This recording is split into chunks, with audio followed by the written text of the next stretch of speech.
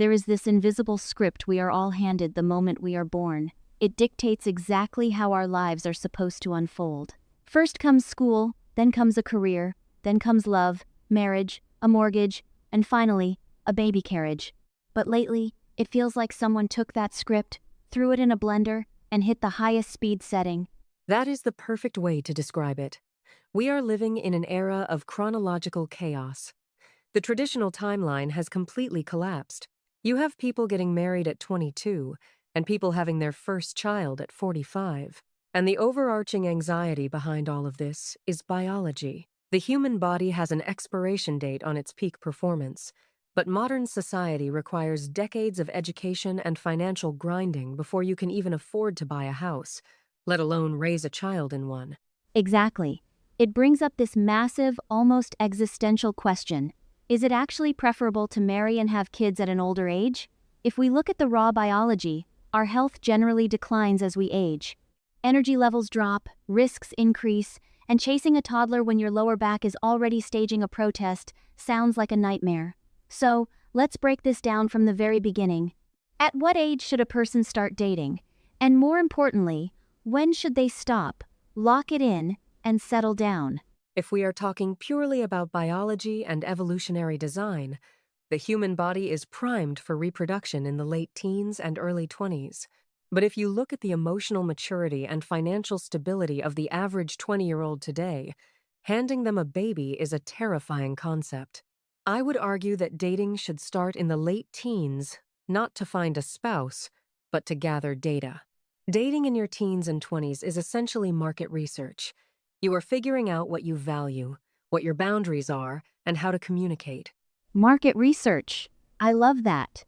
So, you are out there collecting data points, experiencing a few heartbreaks, figuring out that maybe you do not actually want to date a struggling musician who lives in a van. But when does the research phase end? When do you close the spreadsheet and say, all right, this is the one, let's get married? The data suggests the sweet spot for marriage, historically speaking, to minimize divorce risk, is between 28 and 32. By that point, you have enough life experience to know who you are. But you are not so set in your ways that you refuse to compromise. But the stopping dating part is tricky. You stop swiping on apps, sure. But the secret to a long marriage is that you never actually stop dating your partner. Now, regarding having kids, this is where the biological clock crashes head-on into the financial clock. Right, because by the time you are 35, your career might finally be stable, you might finally have some savings, but your doctor is suddenly using terms like geriatric pregnancy, which is just incredibly rude. It is a brutal term, but the reality is, after 35, energy levels do start to taper off. Cell division isn't as flawless as it was at 25. The paradox of modern human existence is that when our bodies are perfectly ready to have children, our brains and bank accounts are entirely unprepared. And when our brains and bank accounts are finally ready, our knees crack when we stand up. You are essentially choosing between being a young, energetic parent who is completely stressed about money, or an older, wiser, financially secure parent who desperately needs a nap. That is the ultimate trade-off. And it is fascinating because this isn't just an individual dilemma, it is a global phenomenon. I want to take this question and travel across the globe. Let's look at how this exact tension between biology and modern economics is playing out in the most populated countries on every single continent. Let's start in Asia. India has the largest population in the world right now. How is this timeline shifting there? India is a phenomenal example of this clash. Historically, and still in many rural areas, marriage and children happen very early, often in the early 20s or even younger. There is a massive cultural emphasis on family structure. But if you look at urban centers like Mumbai or Bangalore, you see a completely different story. Young professionals are prioritizing education and highly competitive careers. The pressure from the older generation to settle down is immense. It is a cultural trope at this point. But the younger generation is actively delaying marriage into their late 20s and 30s. They are choosing financial independence over early biological timing, even if it means fighting centuries of tradition. So the cultural clock is ticking faster than the biological one, but the economic reality is forcing a delay. What about Africa? Nigeria is the most populated country there, and it has an incredibly young population. Yes, Nigeria's demographics are staggering. The median age is roughly 18. In Nigeria, early marriage and having a large family are deeply ingrained as markers of success and social standing. Because the economy can be highly volatile, the family unit is your ultimate safety net. The biological timeline aligns very closely with the social timeline there. People tend to marry young and start having kids while their bodies are at peak physical resilience. However, even in Lagos, you are starting to see a slight shift among the highly educated middle class who are delaying kids just a bit to secure their footing in a very tough economy. But overall, biology still dictates the timeline much more than in the West. Which brings us to North America, the United States. It feels like the timeline here has been stretched like a rubber band to the point of snapping. Absolutely. In the US, the narrative of finding yourself extends well into the late 20s. The cost of housing, student loan debt, and the sheer cost of healthcare and childcare have fundamentally altered the timeline. People are actively choosing to marry and have kids much older. We are seeing a massive rise in egg freezing and fertility treatments. Americans are essentially trying to buy time. They want to outsmart biology with technology so they can secure their financial foundation first. But the biological toll is real. Raising a toddler at 40 means dealing with sleep deprivation when your body no longer recovers quickly. It is like trying to run a marathon without stretching, and you haven't slept in 3 years. Let's move down to South America. Brazil is the giant there. Are they following the North American trend? Or is it different? Brazil is a fascinating case study. Over the last few decades, Brazil has seen one of the most dramatic drops in fertility rates in the world, and it happened without any strict government intervention. A huge part of this was the cultural influence of soap operas, or telenovelas, which often depicted wealthy, glamorous families with only one or two children. Combine that cultural shift with rapid urbanization and economic instability, and Brazilians started delaying marriage and severely limiting how many kids they have. They are highly aware that raising kids is expensive, so they are waiting longer and having fewer, prioritizing quality of life over biological prime. Wow, television actually changed the demographic structure of a continent. That is wild. Let's cross over to Europe. Russia has the highest population there, and their demographic situation is notoriously complicated. Complicated is an understatement. Russia has been facing a demographic crisis for years, an aging population, and low birth rates.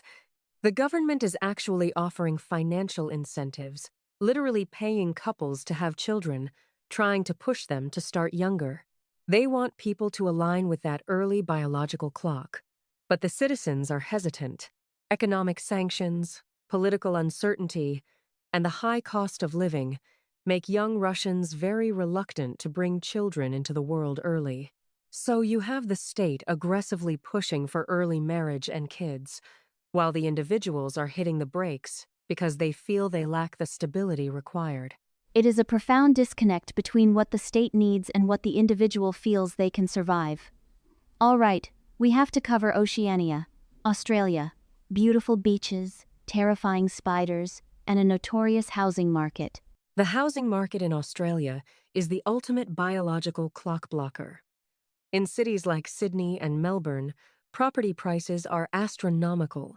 Young Australians are trapped in this cycle of renting, and the cultural ideal of having a house with a backyard before having a baby is becoming a luxury of the past. So, they are delaying marriage and kids well into their 30s. They are prioritizing travel and lifestyle in their 20s because they can't afford a house anyway, and then facing the biological crunch in their late 30s when they finally decide to settle down in a tiny apartment. Okay, we have done 6 continents, but you know I am a stickler for the rules. We said 7 continents. How on earth does this apply to Antarctica? I knew you were going to hold me to that. Well, Antarctica has no permanent native population, but it does have temporary researchers, And, of course, the emperor penguins. And honestly, the penguins have the timeline figured out better than we do. They do not worry about student loans or mortgage rates. They just march for miles in the freezing cold, find a mate, balance an egg on their feet, and share the parenting duties equally while huddling in a massive circle to survive the winter. Maybe there is a lesson there about community support. As for the human researchers down there, they are usually putting their dating and family lives on absolute pause to spend 6 months in the ice. It is the ultimate extreme of delaying personal life for career advancement. I love that. We should all just balance our responsibilities on our feet and huddle together for warmth. But looking at all of this from the bustling streets of Mumbai to the icy plains of Antarctica, it seems like there is no winning. If you start young, you have the energy, but you lack the resources and the emotional maturity. If you start late, you have the money and the wisdom, but your body is betraying you. Is there a philosophical answer to this? I think the philosophical takeaway is that we need to stop viewing life as a perfectly optimizable equation. There is no flawless timeline. The modern obsession with controlling every variable, waiting for the perfect job, the perfect house, the perfect amount of savings is an illusion. You will never be fully ready to get married, and you will certainly never be fully ready to have a child. If you wait for the perfect moment, the clock runs out. That is incredibly sobering, but also oddly freeing. It takes the pressure off. Exactly. The decline of our physical health is inevitable.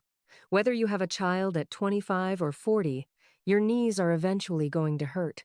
The real question isn't about when your body is at its peak, but when your heart and mind are ready to take on the profound responsibility of another human life.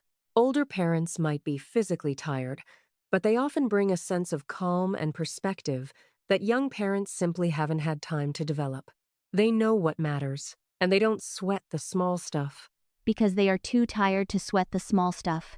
But seriously, it is about trading physical endurance for emotional endurance. Precisely. We are living in an age of extended adolescence, followed by a frantic rush to fit a lifetime of milestones into a 10-year window. My advice? Date to learn about yourself. Marry when you find someone who makes the inevitable struggles of life easier to bear, not when a calendar tells you it's time. And have children when you are ready to give up a piece of your ego, whether that happens at 26 or 42. That is a brilliant way to look at it. We spend so much time worrying about the timing of our lives that we forget to actually live them. We are so focused on the ticking clock that we miss the music. Whether you are navigating the expectations of tradition, fighting a wild housing market, or just trying to figure out if your back pain is from sleeping wrong or just from aging, the journey is entirely your own. Thank you for taking this global, biological, and slightly existential trip with me today. And to everyone listening, maybe stretch your knees, take a deep breath, and remember there is no perfect time, there is only right now.